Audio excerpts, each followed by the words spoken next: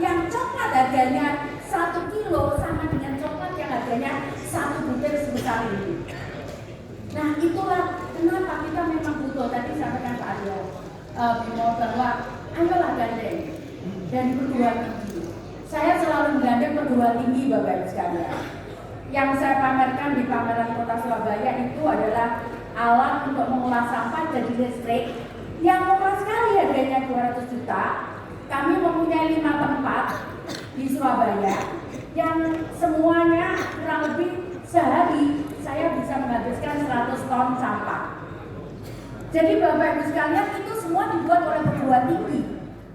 Saya ingin menyampaikan Bapak Ibu sekalian, dulu juga Bapak Ibu sekalian punya yang dari Kalimantan, dari Papua, punya emas, punya berlian, punya batu-batu.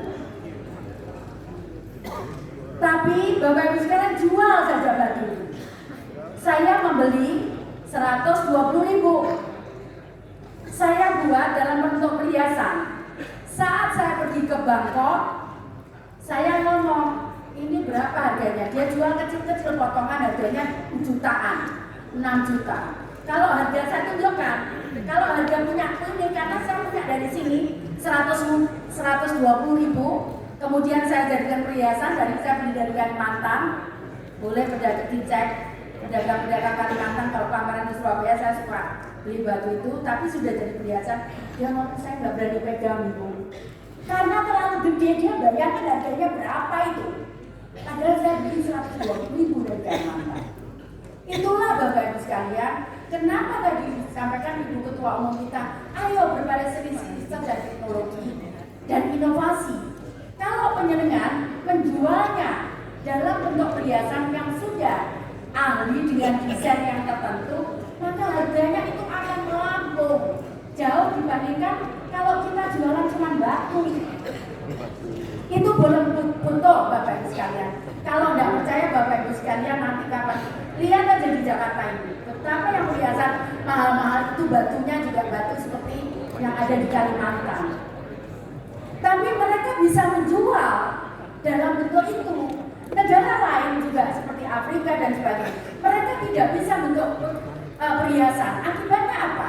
Batu-batu itu seolah-olah Hongkong ada penghasil berlian, seolah-olah Amsterdam ada, padahal itu batu penjaringan semuanya dari Kalimantan, dari Papua, dari NTT, dari NTB. Jadi Bapak Ibu sekalian, karena itu kenapa kemudian kita harus cerdas mengelola ini. Bu, duitnya kan banyak Bapak Ibu sekalian. Nanti ini baru akan saya buka.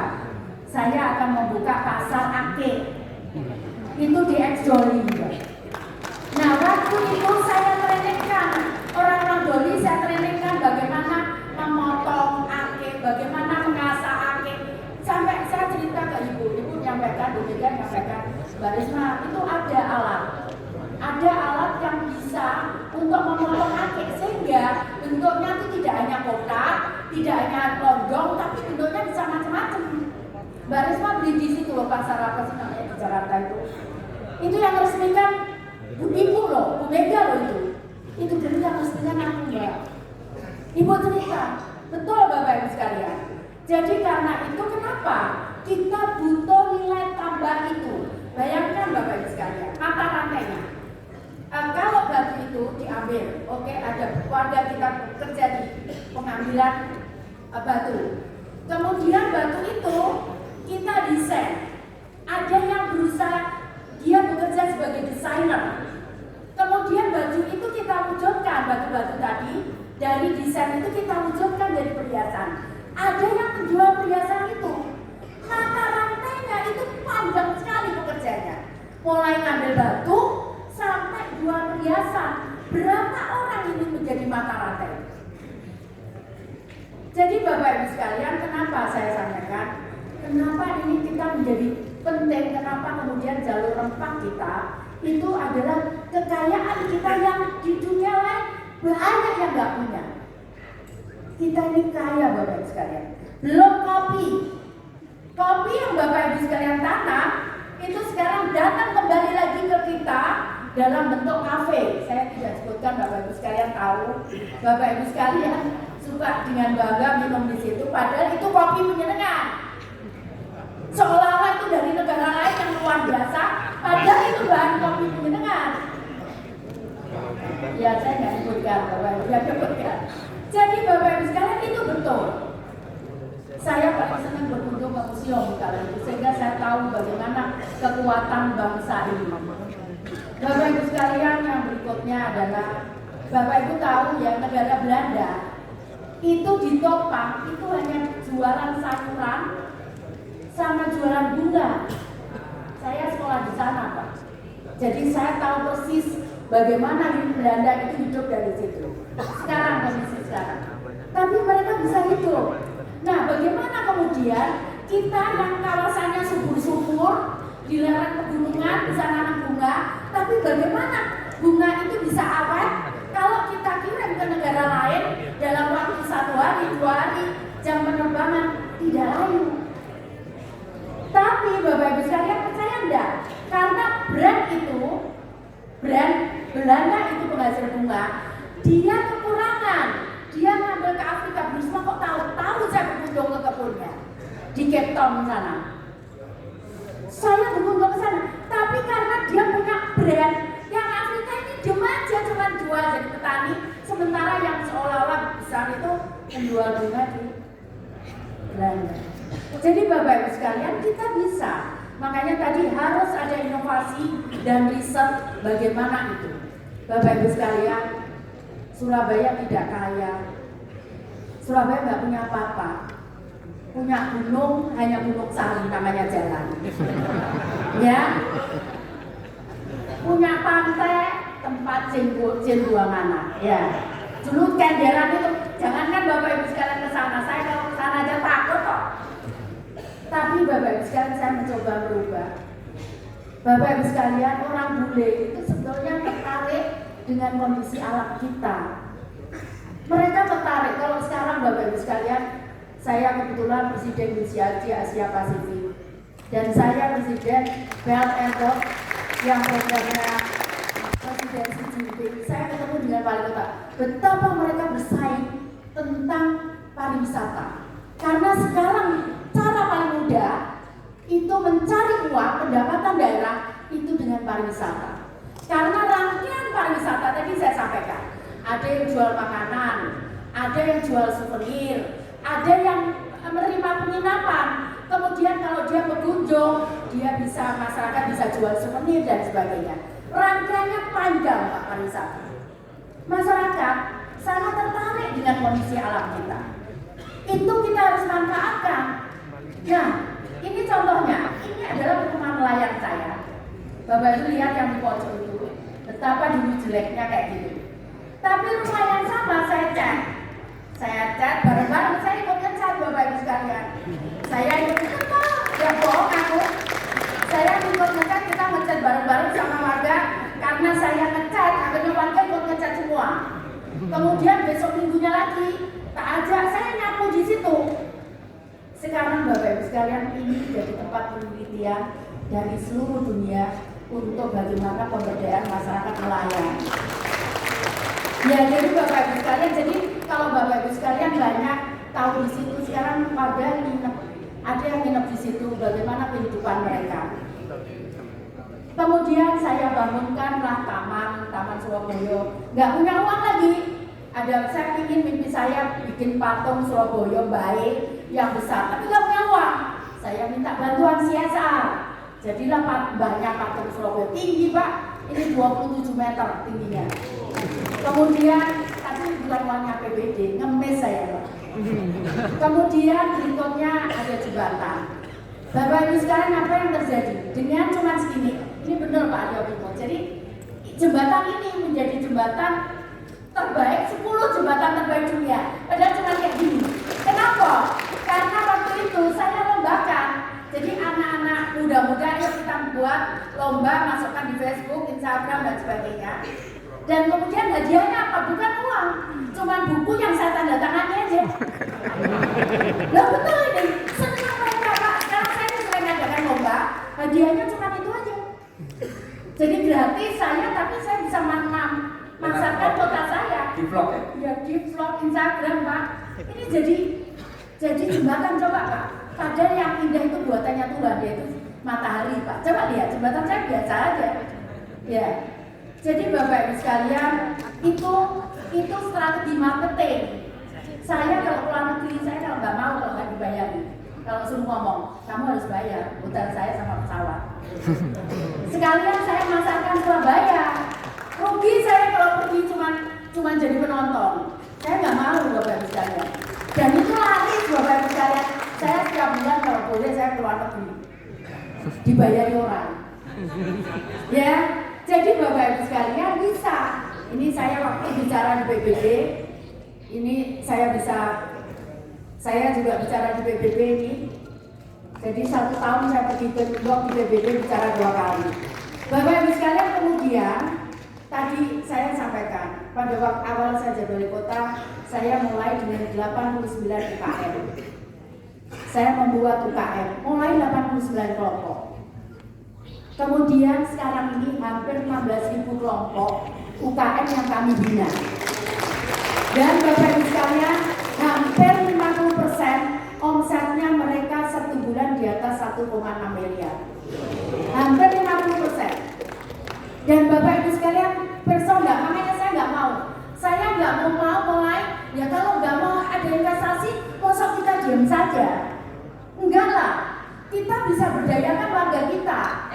Saya sampaikan, teman saya wali kota di Paris itu penduduknya hanya 1.300.000 saya sampaikan.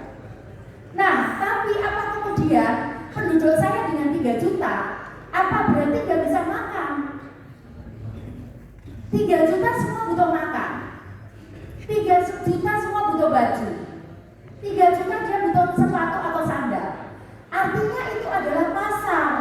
Kalau kita punya penduduk besar, Indonesia ini 250 juta, kita tidak bisa makan warga kita.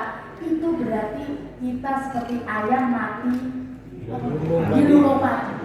Itu selalu saya sampaikan keluarga saya. Akhirnya mereka gerak terus. Saya melatih, mengajarkan. Saya bicara ini waktu itu saya kampanye di Papua Barat.